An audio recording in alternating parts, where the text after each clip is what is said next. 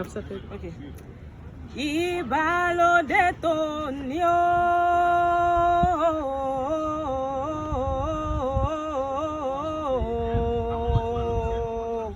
Ìbà ọba kọ́dá ọba ṣẹ̀dá ọ̀run ni.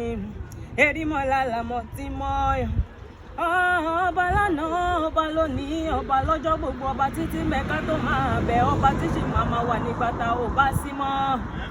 Wá mi pa mí ọ̀la ni ó kìkìdá ògo. Ọba mi ò gbénú Wúdí Aṣọ̀lá, ò gbénú Adélébọ̀ṣọ́ ògo, kábíyèsí ẹ̀. Ọba yìí ni, ọba yẹn náà ni mò ń kí lọ́wọ́lọ́wọ́. Gbanigbani ni, múnimúni ni, túnitúni ni. Ọba mi ò bá nílò yẹ kú fòrò náà ni mò ń kó bẹ́ẹ̀ fún. Ẹ̀bá kan lọ́jọ́ bí òwe, ẹ̀bá kan lọ́jọ́ bí òwà. Àṣẹ ìṣàmọ́dún fọlọ́jọ́ ìbí, ẹ̀kọ́ lọ́jọ́ bí. Ẹ̀bá kan lọ́jọ́ bí òwe, ẹ̀bá kan lọ́jọ́ bí òwà. Àṣẹ ìṣàmọ́dún fọlọ́jọ́ ìbí, ẹ̀kọ́ lọ́jọ́. Táyé lolú ló rán mi wá òwe, aya rẹ̀ àtàtà. Táyé lolú ló rán mi wá òwà.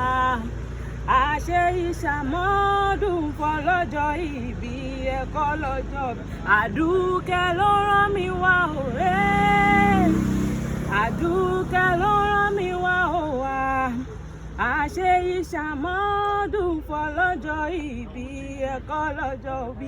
Happy birthday to you, Bello Ìṣọ̀lá Adéwálé o. Ọdọọdún là ń rórógbó, ọdọọdún là ń ráùsà, ọdọọdún là ń rọ́mọbí lórí àtẹ, ìyẹn nílé bàbá tó bí ọ ní ọmọ. Àṣọdún mọ́dún ní ṣàwọ̀, àṣọdún mọ́dún o.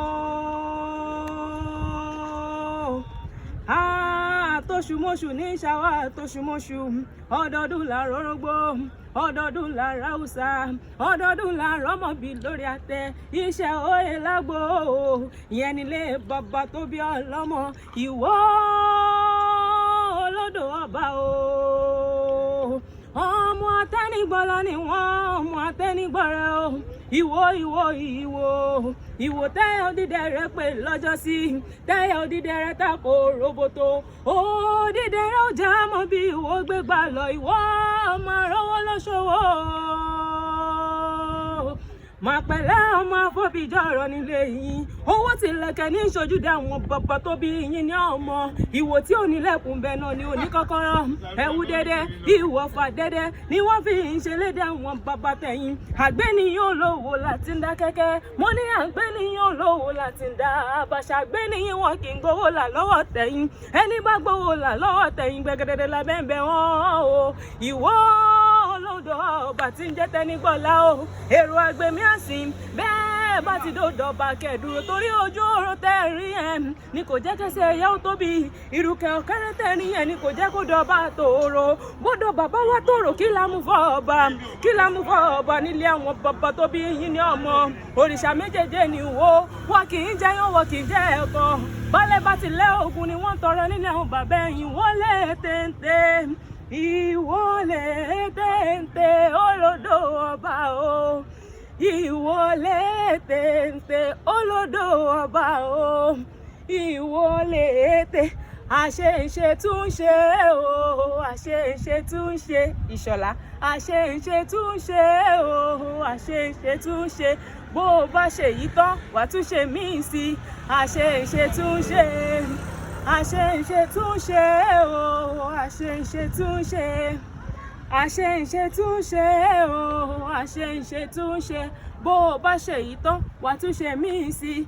Àṣeǹṣe tún ṣe. Happy birthday to you, Bello Ìṣọ̀lá Adéwálé. Long life and prosperity. Ìgbà ọdún ọdún kan, àṣẹ ìṣàmọ́dún. Òkè lọmọ lókè lọ, òkè ló máa lọ. Happy birthday to you once again from Rayo Akewi.